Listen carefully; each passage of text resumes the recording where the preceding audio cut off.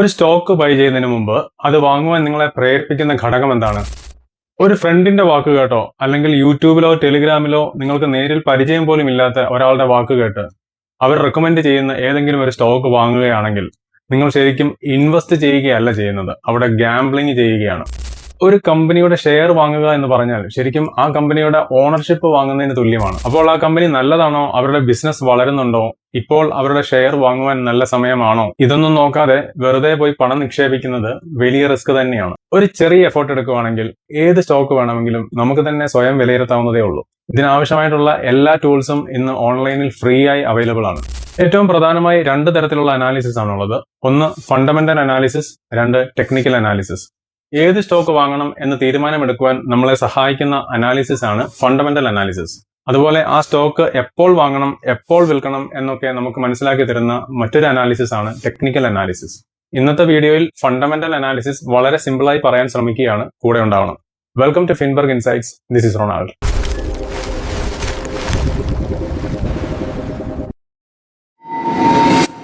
Finance, startup, stock market ഇവയൊക്കെ beginner friendly ആയി പഠിക്കാൻ ആഗ്രഹിക്കുന്നവർക്ക് വേണ്ടിയുള്ള ചാനലാണിത്.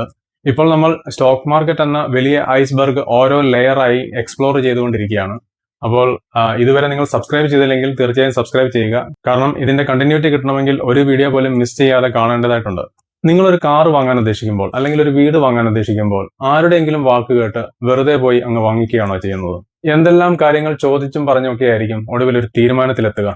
ഇൻവെസ്റ്റ്മെന്റിലും ഇത് വളരെ പ്രധാനപ്പെട്ടതാണ്. നിങ്ങൾ സീരിയസ് ആയി ഇൻവെസ്റ്റ്മെന്റ് ചെയ്യുന്നയാളാണെങ്കിൽ അനാലിസിസ് വളരെ നിർബന്ധമാണ്. അപ്പോൾ ഫണ്ടമെന്റൽ അനാലിസിസിനായി നമ്മൾ screener.in എന്നൊരു വെബ്സൈറ്റ് ആണ് ഉപയോഗിക്കുന്നത്. അതിന്റെ തന്നെ മൊബൈൽ ആപ്ലിക്കേഷനും അവൈലബിൾ ആണ്. മറ്റു പല വെബ്സൈറ്റുകളും അവൈലബിൾ ആണെങ്കിലും സ്ക്രീൻ ചെയ്യാൻ വളരെ യൂസർ ഫ്രണ്ട്ലി ആയി എനിക്ക് തോന്നിയത് ഈ വെബ്സൈറ്റ് ആണ്. ഇവിടെ ഏതെങ്കിലും ലിസ്റ്റഡ് കമ്പനി സെർച്ച് ചെയ്താൽ നമുക്കതിന്റെ ബിസിനസ് മോഡൽ, അതിന്റെ profit and loss, balance sheet, share holding pattern എന്ന് വേണ്ട ഒരുപാട് വിവരങ്ങൾ ഒറ്റ പേജിൽ നമുക്ക് കണ്ട് അനാലിസിസ് ചെയ്യാൻ കഴിയും. ഇവിടെ ആദ്യമായി ബിസിനസ് മോഡൽ എന്താണെന്ന് നോക്കുക. കമ്പനിയുടെ ബിസിനസ് മോഡൽ എന്താണെന്ന് അറിയാൻ വളരെ ബ്രീഫായ ഒരു ഡിസ്ക്രിപ്ഷൻ നമുക്ക് എബൌട്ട് സെക്ഷനിൽ കാണുവാൻ കഴിയും. ഇനി ഇതിന്റെ താഴെയുള്ള കീ പോയിന്റ് സെക്ഷൻ നോക്കിയാൽ അതിൽ കാര്യങ്ങൾ കൂടുതൽ ഡീറ്റെയിൽ ആയി കാണാൻ സാധിക്കും. അതായത് കമ്പനി ഏതൊക്കെ ടൈപ്പ് സർവീസുകളാണ് നൽകുന്നത്, അവരുടെ പ്രോഡക്റ്റുകൾ അല്ലെങ്കിൽ സർവീസസ് പ്രധാനമായും ഏത് രാജ്യങ്ങളിലേക്കാണ് നൽകപ്പെടുന്നത് എന്നൊക്കെ ഇതിലെ റീഡ് മോർ ക്ലിക്ക് ചെയ്താൽ കൃത്യമായി മനസ്സിലാക്കാം. ചുരുക്കത്തിൽ കമ്പനിയുടെ റവന്യൂ എവിടെ നിന്നൊക്കെ വരുന്നു എന്ന് ഒറ്റ നോട്ടത്തിൽ അറിയാൻ ഈ കീ പോയിന്റ്സ് നമ്മളെ സഹായിക്കുന്നു. ബിസിനസ് മോഡൽ മനസ്സിലാക്കിയ ശേഷം ആ കമ്പനിയുടെ ഫൈനാൻഷ്യൽ പെർഫോമൻസ് നോക്കുക. കമ്പനി എല്ലാ വർഷവും വളരുകയാണോ അതോ പിന്നോട്ട് പോവുകയാണോ എന്നൊക്കെ ഫൈനാൻഷ്യൽ സ്റ്റേറ്റ്മെന്റ്സ് നോക്കിയാൽ നമുക്ക് ഈസിയായി മനസ്സിലാക്കാൻ കഴിയും. ഇതിൽ പ്രധാനമായും 4 തരത്തിലുള്ള റിപ്പോർട്ട്സ് ആണ് നോക്കേണ്ടത്. ആദ്യത്തേത് ക്വാർട്ടർലി റിസൾട്ട്സ്. ഓരോ 3 മാസത്തിലും കമ്പനി അതിന്റെ പെർഫോമൻസ് പുറത്തുവിടാറുണ്ട്. സെയിൽസ് കൂടിയോ പ്രോഫിറ്റ് കൂടിയോ, ബിസിനസ് വളരുന്നുണ്ടോ അല്ലെങ്കിൽ കുറഞ്ഞോ എന്നൊക്കെ ഇവിടെ നിന്ന് മനസ്സിലാക്കാൻ കഴിയും. രണ്ടാമതായി പ്രോഫിറ്റ് ആൻഡ് ലോസ് സ്റ്റേറ്റ്മെന്റ് ആണ്. പക്ഷേ ഇത് വിശദീകരിക്കുന്നതിന് മുമ്പ് ഒരു കമ്പനിയുടെ റവന്യൂ എന്താണ്, നെറ്റ് പ്രോഫിറ്റ് എന്താണ് എന്ന് സിമ്പിളായി ചെറിയൊരു ഉദാഹരണത്തിലൂടെ നമുക്ക് മനസ്സിലാക്കാൻ ശ്രമിക്കാം. നിങ്ങളൊരു 100 കേക്ക് ഉണ്ടാക്കി അതിൽ ഒന്നിന് 200 രൂപ നിരക്കിൽ വിൽക്കുന്നു എന്ന് വിചാരിക്കുക. അപ്പോൾ നിങ്ങളുടെ റവന്യൂ ഇവിടെ കാൽക്കുലേറ്റ് ചെയ്യാനായിട്ട് 100 പീസസിനെ 200 രൂപയുമായി മൾട്ടിപ്ലൈ ചെയ്യണം. അതായത് 20,000 രൂപയാണ് നിങ്ങളുടെ റവന്യൂ എന്ന് പറയുന്നത്. ഇനി ഈ കേക്ക് ഉണ്ടാക്കാൻ വേണ്ടിയിരുന്ന ഇൻഗ്രീഡിയൻസ്, അതിന് വേണ്ടിയ ഗ്യാസ്, ഇലക്ട്രിസിറ്റി എല്ലാം കൂടെ നിങ്ങൾക്കൊരു 12,000 രൂപ ചിലവായി എന്ന് വിചാരിക്കുക. അതാണ് നിങ്ങളുടെ എക്സ്പെൻസ് എന്ന് പറയുന്നത്. ഇവിടെ നിങ്ങളുടെ നെറ്റ് പ്രോഫിറ്റ് എന്ന് പറയുന്നത് നിങ്ങളുടെ ടോട്ടൽ റവന്യൂവിൽ നിന്ന് നിങ്ങളുടെ ടോട്ടൽ എക്സ്പെൻസ് കുറയ്ക്കുമ്പോൾ കിട്ടുന്ന തുകയാണ്. അതായത് 8,000 രൂപ. ഈ കോൺസെപ്റ്റ് മനസ്സിലായെന്ന് വിശ്വസിക്കുന്നു. അപ്പോൾ നമുക്ക് വീണ്ടും സ്ക്രീനറിലേക്ക് പോകാം. ഇവിടെ പ്രോഫിറ്റ് ആൻഡ് ലോസ് സെക്ഷനിൽ കമ്പനിക്ക് ഒരു വർഷം എത്ര റവന്യൂ അഥവാ സെയിൽസ് ലഭിച്ചു, അതിൽ എത്ര എക്സ്പെൻസസ് ആയിട്ടുണ്ട്, അതിനുശേഷം എത്ര ഓപ്പറേറ്റിംഗ് പ്രോഫിറ്റ് ലഭിച്ചു, അതുപോലെ ടാക്സ് അടച്ചതിന് ശേഷം അവസാനം എത്ര നെറ്റ് പ്രോഫിറ്റ് ആഫ്റ്റർ ടാക്സ് ബാക്കി വന്നു എന്നതിൻ്റെയൊക്കെ ഒരു സമ്മറി വളരെ വ്യക്തമായി കാണിച്ചു തരുന്നു. സാധാരണയായി സെയിൽസും നെറ്റ് പ്രോഫിറ്റും വർഷം തോറും സ്ഥിരമായി വളരുന്ന കമ്പനികളെയാണ് ഇൻവെസ്റ്റേഴ്സ് കൂടുതൽ ഇഷ്ടപ്പെടുന്നത്. അതുകൊണ്ട് റവന്യൂ കൂടുന്നതിനോടൊപ്പം പ്രോഫിറ്റ് ആഫ്റ്റർ ടാക്സും സ്ഥിരമായി വളരുന്നുണ്ടോ എന്ന് നോക്കുന്നത് വളരെ പ്രധാനമാണ്. അടുത്തതായി ഒരു കമ്പനിയുടെ ഫൈനാൻഷ്യൽ സ്നാപ്ഷോട്ട് എന്നറിയപ്പെടുന്ന ബാലൻസ് ഷീറ്റ് ആണ്. ഇവിടെ കമ്പനിക്ക് എന്തൊക്കെ അസറ്റ്സ് ഉണ്ട്, എത്ര ലയബിലിറ്റീസ് അല്ലെങ്കിൽ കടങ്ങളുണ്ട്, കമ്പനിയുടെ സ്വന്തം നെറ്റ് വർത്ത് എത്രയാണ് എന്നൊക്കെയുള്ള വിവരങ്ങൾ കാണുവാൻ കഴിയും. ഒരു കമ്പനി എത്ര സ്ട്രോങ് ആണെന്ന് മനസ്സിലാക്കാൻ ബാലൻസ് ഷീറ്റ് വളരെയധികം സഹായിക്കും. അടുത്തതായി ക്യാഷ് ഫ്ലോ സ്റ്റേറ്റ്മെന്റ് ആണ്. ഒരു കമ്പനിക്ക് പ്രോഫിറ്റ് ഉണ്ട് എന്നത് മാത്രം പോരാ, കമ്പനിയുടെ കയ്യിൽ യഥാർത്ഥത്തിൽ ക്യാഷ് വരുന്നുണ്ടോ എന്നതും പ്രധാനമാണ്. ക്യാഷ് ഫ്ലോ സ്റ്റേറ്റ്മെന്റ് നോക്കിയാൽ കമ്പനിയിലേക്ക് പണം എങ്ങനെ വരുന്നു, എവിടേക്കാണ് പോയത്, ബിസിനസ്സിൽ നിന്ന് യഥാർത്ഥ ക്യാഷ് ജനറേറ്റ് ചെയ്യുന്നുണ്ടോ എന്ന് വ്യക്തമായി മനസ്സിലാക്കാൻ കഴിയും. ഇനി അടുത്തത് ഷെയർ ഹോൾഡിംഗ് പാറ്റേൺ ആണ്. ഇവിടെ ആ കമ്പനിയുടെ ഓഹരികൾ ആരുടെയൊക്കെ കൈവശമാണ് എന്നുള്ള ഡേറ്റയാണ് കാണിച്ചു തരുന്നത്. ഇവിടെ പ്രൊമോട്ടേഴ്സ്, അതായത് കമ്പനിയുടെ ഫൗണ്ടേഴ്സിന്റെ ഹോൾഡിംഗ്സ്, ഫോറിൻ ഇൻസ്റ്റിറ്റ്യൂഷണൽ ഇൻവെസ്റ്റേഴ്സ് അഥവാ വിദേശ സ്ഥാപന നിക്ഷേപകർ, ഡൊമസ്റ്റിക് ഇൻസ്റ്റിറ്റ്യൂഷണൽ ഇൻവെസ്റ്റേഴ്സ് അഥവാ മ്യൂച്വൽ ഫണ്ട്സ്, ഇൻഷുറൻസ് കമ്പനീസ് പോലെയുള്ള വലിയ ഇന്ത്യൻ സ്ഥാപന നിക്ഷേപകർ, പിന്നെ നമ്മളെപ്പോലെയുള്ള റീറ്റെയിൽ ഇൻവെസ്റ്റേഴ്സും ഹൈ നെറ്റ്വർത്ത് ഇൻഡിവിജ്വൽസും ഉൾപ്പെടുന്ന പബ്ലിക് ഹോൾഡിംഗിന്റെ ഡീറ്റെയിൽസ് എല്ലാം പെർസെൻറ്റേജ് വൈസ് കൃത്യമായി കൊടുത്തിരിക്കുന്നത് കാണുവാൻ കഴിയും.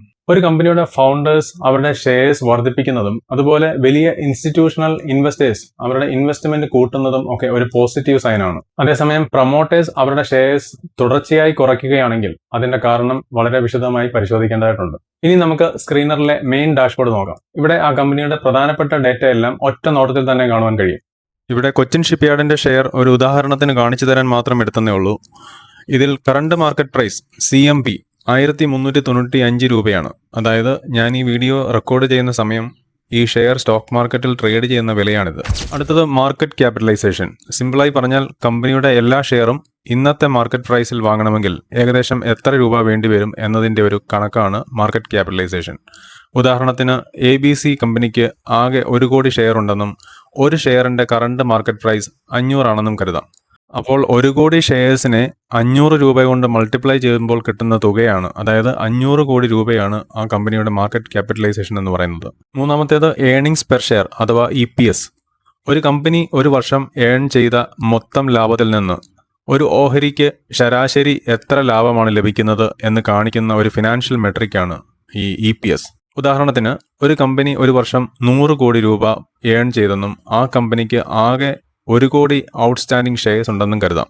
അപ്പോൾ 100 കോടി രൂപയെ 1 കോടി ഷെയർ കൊണ്ട് ഡിവൈഡ് ചെയ്യുക. അതായത് ഒരു ഷെയറിന്റെ EPS എന്ന് പറയുന്നത് 100 രൂപയാണ്. ഇനി PE റേഷ്യോ അഥവാ പ്രൈസ് ടു ഇക്വിറ്റി റേഷ്യോ എന്താണെന്ന് മുൻപ് പറഞ്ഞൊരു ഉദാഹരണത്തിലൂടെ നോക്കാം.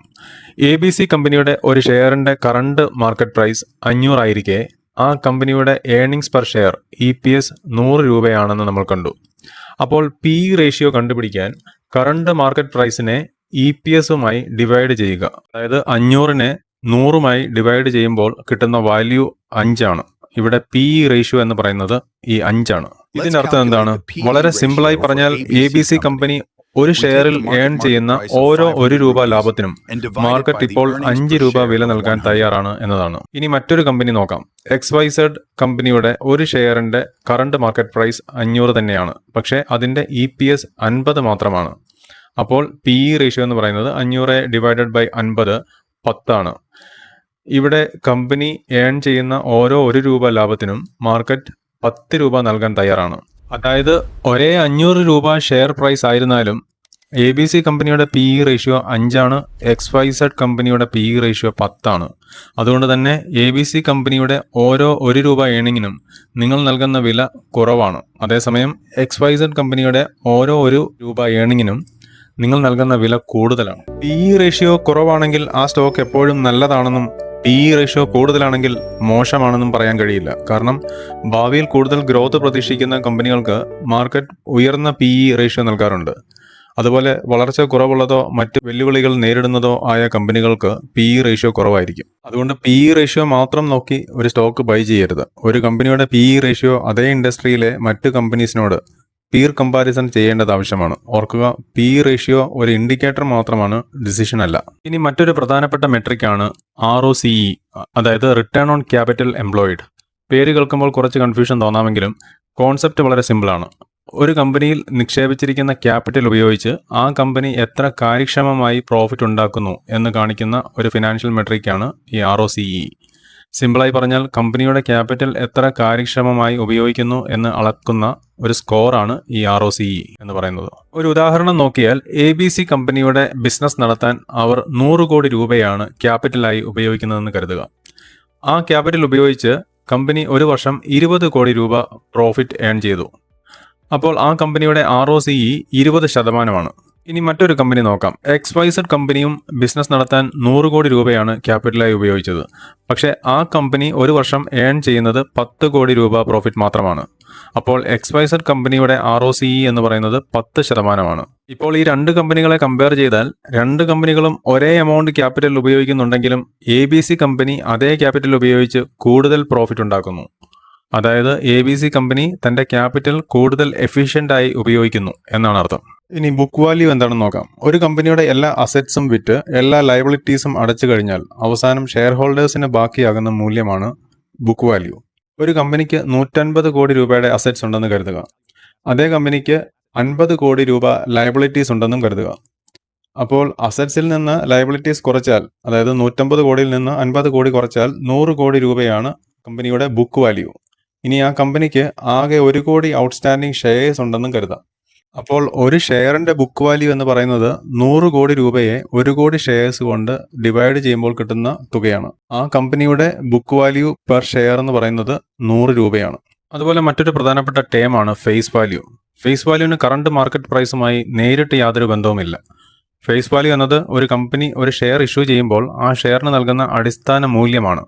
ഒരു ഉദാഹരണം നോക്കിയാൽ ABC കമ്പനി ഒരു ഷെയറിന്റെ ഫേസ് വാല്യൂ 10 നിശ്ചയിച്ചെന്ന് കരുതുക. കാലക്രമേണ ആ കമ്പനി നന്നായി വളർന്നു, ഇൻവെസ്റ്റേഴ്സ് ആ കമ്പനിയുടെ ഷെയർസ് വാങ്ങാൻ തുടങ്ങി. ഇപ്പോൾ ആ ഷെയറിന്റെ കറണ്ട് മാർക്കറ്റ് പ്രൈസ് 500 അതായത് മാർക്കറ്റ് പ്രൈസ് മാറിക്കൊണ്ടിരിക്കും, പക്ഷേ ഫേസ് വാല്യൂ സാധാരണയായി മാറില്ല. അപ്പോൾ ഫേസ് വാല്യൂവിന് എന്താണ് ഇത്ര പ്രാധാന്യം? ഫേസ് വാല്യൂ പല ഫിനാൻഷ്യൽ കാൽക്കുലേഷനിലും ഉപയോഗിക്കുന്ന ഒരു അടിസ്ഥാന മൂല്യമാണ്. ഉദാഹരണത്തിന് കമ്പനി ഡിവിഡൻഡ് പ്രഖ്യാപിക്കുമ്പോൾ, ബോണസ് ഷെയർസ് നൽകുമ്പോൾ, സ്റ്റോക്ക് സ്പ്ലിറ്റ് നടത്തുമ്പോൾ ഫേസ് വാല്യൂ ഒരു പ്രധാന പങ്ക് വഹിക്കും. അതായത് ഒരു കമ്പനി ഫേസ് വാല്യൂ 10 ഒരു ഷെയറിന് 50% ഡിവിഡൻഡ് പ്രഖ്യാപിച്ചെന്ന് കരുതുക. അത് മാർക്കറ്റ് പ്രൈസ് ആയ 500ന്റെ 50% അത് ഫേസ് വാല്യൂ ആയ 10ന്റെ 50%. അതായത് ഒരു ഷെയറിന് 5 രൂപ വീതമാണ് ഡിവിഡൻഡ് ലഭിക്കുന്നത്. ഇനി ഏറ്റവും ഇമ്പോർട്ടൻറ്റ് ഫാക്ടറാണ് കമ്പനിയുടെ മാനേജ്മെന്റ്. ഒരു കമ്പനിയുടെ വിജയത്തിന്റെ പിന്നിൽ ഏറ്റവും വലിയ പങ്ക് വഹിക്കുന്നതും ഈ മാനേജ്മെന്റ് തന്നെയാണ്. എത്ര നല്ല ബിസിനസ് ആയാലും അത് നയിക്കുവാൻ കഴിവുള്ള മാനേജ്മെന്റ് ഇല്ലെങ്കിൽ അത് മുൻപോട്ട് വളരുവാൻ വളരെ ബുദ്ധിമുട്ടാണ്. അതുകൊണ്ട് കമ്പനിയുടെ പ്രൊമോട്ടേഴ്സ് എക്സ്പീരിയൻസ്ഡ് ആണോ, അവർ ഇൻവെസ്റ്റേഴ്സിന്റെ വിശ്വാസം കാത്തു സൂക്ഷിക്കുന്നവരാണോ, അവരുടെ ട്രാക്ക് റെക്കോർഡ് എങ്ങനെയാണ്, കോർപ്പറേറ്റ് ഗവേണൻസ് നല്ലതാണോ എന്നൊക്കെ നോക്കുന്നത് ഈ ഫണ്ടമെന്റൽ അനാലിസിസിൽ വളരെ പ്രധാനപ്പെട്ടതാണ്. അപ്പോൾ ഏത് സ്റ്റോക്ക് വാങ്ങണം എന്ന് തീരുമാനിക്കാൻ സഹായിക്കുന്ന ഫണ്ടമെന്റൽ അനാലിസിസ് ആണ് നമ്മൾ ഇന്ന് പരിശോധിച്ചത്. ഇനി ആ സ്റ്റോക്ക് എപ്പോൾ വാങ്ങണം, എപ്പോൾ വിൽക്കണം എന്ന് തീരുമാനിക്കാൻ സഹായിക്കുന്ന ടെക്നിക്കൽ അനാലിസിസ് ആണ് നമ്മൾ അടുത്ത വീഡിയോയിൽ സംസാരിക്കാൻ പോകുന്നത്. ഒരു കാര്യം വീണ്ടും ഓർപ്പിക്കുന്നു, ഈ വീഡിയോ എഡ്യൂക്കേഷണൽ പർപ്പസിന് വേണ്ടി മാത്രമുള്ളതാണ്. ഞാനൊരു സെബി രജിസ്റ്റേർഡ് അഡ്വൈസർ അല്ല. അതുകൊണ്ട് സ്വയം റിസർച്ച് ചെയ്തതിന് ശേഷം മാത്രം ഇൻവെസ്റ്റ് ചെയ്യുക. ഇതുവരെ നമ്മൾ പ്രധാനപ്പെട്ട ചില ഫിനാൻഷ്യൽ മെട്രിക്സ് കണ്ടു. പക്ഷേ ഒരു സ്റ്റോക്കിനെ ഒരു മെട്രിക്സ് അല്ലെങ്കിൽ ഒരു പാരാമീറ്റർ മാത്രം നോക്കി ഒരിക്കലും വിലയിരുത്തരുത്. അതേ ഇൻഡസ്ട്രിയിലെ മറ്റ് കമ്പനീസുമായി പീർ കമ്പാരിസൺ നടത്തിയതിനു ശേഷം മാത്രമേ നല്ലൊരു തീരുമാനമെടുക്കാവൂ.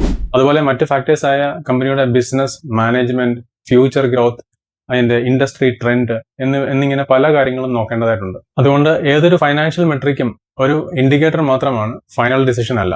അപ്പോൾ ഈ വീഡിയോ ഉപകാരപ്പെട്ടെങ്കിൽ മാത്രം ലൈക്ക് ചെയ്യാനും ഷെയർ ചെയ്യാനും ചാനൽ സബ്സ്ക്രൈബ് ചെയ്യാനും മറക്കരുത്. See you in the next video. Stay tuned.